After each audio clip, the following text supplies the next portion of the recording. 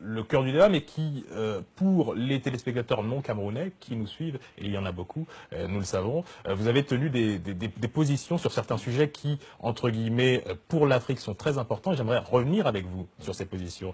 Et l'une des premières, c'est concernant le franc CFA, ce système du franc CFA. Vous déclarez, ceux qui combattent le franc CFA n'ont rien compris à la difficulté de gérer une monnaie, car l'Afrique a encore besoin du franc CFA. Le franc CFA est un problème majeur en Afrique, entre guillemets, pour ceux qui considèrent que c'est un problème majeur. On peut citer effectivement des professeurs d'économie qui ont parlé du sujet. Je pense là en tête Nicolas Agboou, le professeur ivoirien Nicolas Agboou. Je pense à Moussa Demba Dembélé du Sénégal, qui eux disent en substance que lorsque nous ne sommes pas propriétaires de notre monnaie, il n'y a pas de souveraineté. La souveraineté monétaire est le cœur qui permet à un pays de pouvoir, entre guillemets, assurer son destin. Ce n'est pas le cas pour de nombreux pays qui appartiennent à la zone franc. Merci de me donner l'occasion de revenir sur cette question qui a fait couler beaucoup d'encre. Mais avant cela, je vous prierai de me laisser 30 secondes, non pas pour élaborer en détail, mais pour énumérer les 3 autres piliers. Nous avons parlé du pacte républicain. Le deuxième pilier, c'est le pacte éducatif, que nous appelons aussi pacte jeune. Il s'agit de réformer tout le système éducatif du primaire à l'université pour permettre à la jeunesse camerounaise d'être préparée à relever les défis actuels de demain. Le troisième, c'est le pacte productif essentiel, basé sur la transformation de notre agriculture. On pourrait en dire des tonnes, et la remise sur pied de l'industrie. Le quatrième pilier, c'est le pacte social et de solidarité. Et enfin, le cinquième pilier, c'est le pacte, ce que nous appelons pacte stratégique avec notre diaspora et les partenaires stratégiques du Cameroun sur le plan international. Maintenant, j'en viens à la question du franc CFA, question ô combien passionnelle, si l'on en croit la manière dont la plupart de nos compatriotes, mais d'Africains, abordent la question. Je n'ai pas dit que l'Afrique avait encore besoin du franc CFA. J'ai souligné la difficulté de gérer une monnaie, quelle qu'elle soit. Le problème n'est pas de décider, aujourd'hui ou demain, de se retirer du franc CFA.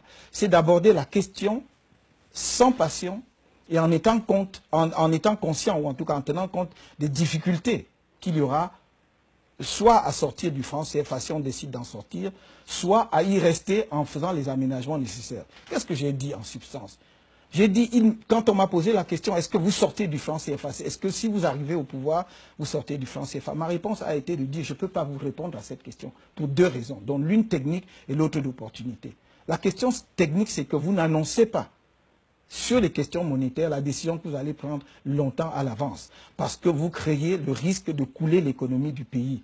L'exemple typique, alors même que ce n'était pas une question de même nature, c'est ce qui s'est passé en Grèce. La perspective de la sortie de la Grèce de l'euro a entraîné le retrait au guichet d'1 milliard d'euros en une seule journée. Et là, nous ne savons pas pour ce qui est des transferts, n'est-ce pas, bancaires. Et ce que j'ai voulu expliquer, c'est que le risque d'annoncer longtemps à l'avance les décisions que l'on peut prendre sur les questions monétaires amène les opérateurs économiques, si vous arrivez au pouvoir naturellement, à prendre des positions d'attente. Chacun va retirer son argent en attendant de voir quelle décision vous allez prendre. Et c'est pour cela que j'ai dit, il est prudent. Je suis allé même plus loin. J'ai dit, en matière monétaire, il vaut mieux faire plutôt que, mieux vaut agir que d'annoncer. Ça n'est pas bon. Si vous annoncez 24 heures avant que vous allez dévaluer une monnaie, les banques vont tomber parce que tout le monde va retirer son argent. Donc, voilà ce que j'ai dit. Ça c'est la question d'opportunité. J'ai commencé par là. Maintenant, sur la question technique, comment voulez-vous qu'un dirigeant responsable annonce qu'il va rester ou surtout se retirer d'une monnaie s'il ne connaît pas l'état du stock d'or du pays et des réserves en devises du pays? Parce que vous ne créez pas une monnaie en l'air, vous créez une monnaie qui doit être soutenue, défendue. Si elle n'est pas défendue, vous allez vous retrouver le lendemain avec des billets de 100 millions de francs. Vous allez acheter une baguette de pain avec un sac d'argent. Donc, je n'ai pas les données actuelles des réserves en or du Cameroun, je n'ai pas les données, les chiffres précis à l'heure actuelle de nos réserves en devises. Est-ce que nos réserves en devises nous permettent de couvrir 3 mois d'importation, 6 mois ou 1 an, est-ce que nos stocks d'or permettent de garantir notre monnaie sur 12 mois avant de voir comment l'économie se comporte? Voilà les raisons pour lesquelles j'ai dit il faut aborder cette question avec responsabilité. Et si vous les aviez, professeur, justement, toutes ces données que vous réclamez, est-ce que vous seriez prêt, justement, à avancer sur cette question-là? Parce qu'on sait qu'il y a énormément de chefs d'État qui n'osent pas forcément se prononcer. Il y a énormément de politiciens aussi qui, lorsqu'ils se prononcent, justement, sur la question, se font taper sur le doigt. Je pense à Jean-Louis Billon en Côte d'Ivoire, je pense à Kako Nabucco au Togo, je pense à tous ceux qui se sont exprimés récemment sur la question d'une éventuelle sortie ou au moins d'une solution annexe au franc CFA, eh bien justement se sont fait taper sur les doigts. Est-ce que vous, si vous aviez ces données, est-ce que vous envisageriez d'avancer au moins sur la question, sur le sujet du franc CFA? D'abord, je ne sais pas ce que ces personnalités politiques ont fait comme déclaration sur le franc CFA, ni qui leur a tapé sur les doigts, mais peu importe. Bien sûr qu'on est prêt à avancer. Et je suis surpris que l'on parle encore aujourd'hui de taper sur les doigts, parce que, au fond, ces postures sont prises toujours par rapport à la France, n'est-ce pas?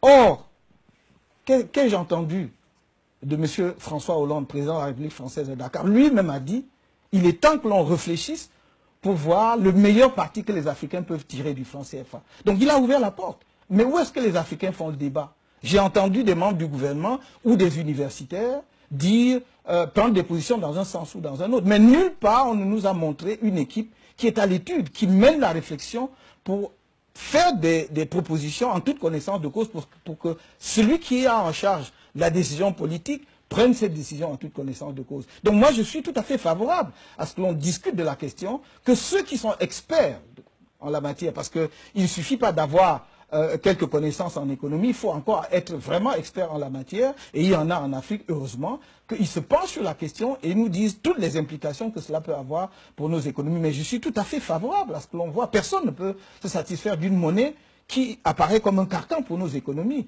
Et on pourrait y introduire de la flexibilité, par exemple, au lieu de faire une parité fixe avec l'euro, voir si on introduit plus de flexibilité. Il y a beaucoup d'autres éléments qui peuvent être pris en compte. Le taux de rémunération, par exemple, des dépôts des pays de la zone franc, n'est-ce pas, auprès de l'organisme du dépôt qui est pour l'instant encore le Trésor français. On peut également discuter cela. Il n'y a aucun tabou, pourvu que l'on en discute, pourvu que l'on en parle avec sérénité et que l'on ne mène pas les Africains dans de mauvaises pistes en croyant qu'on peut raisonnablement, en tant que responsable politique, annoncer sans conséquence qu'on va sortir d'une monnaie ou pas, ou que l'on va dévaluer ou pas. Parce que c'est le plus sûr moyen de couler vos économies.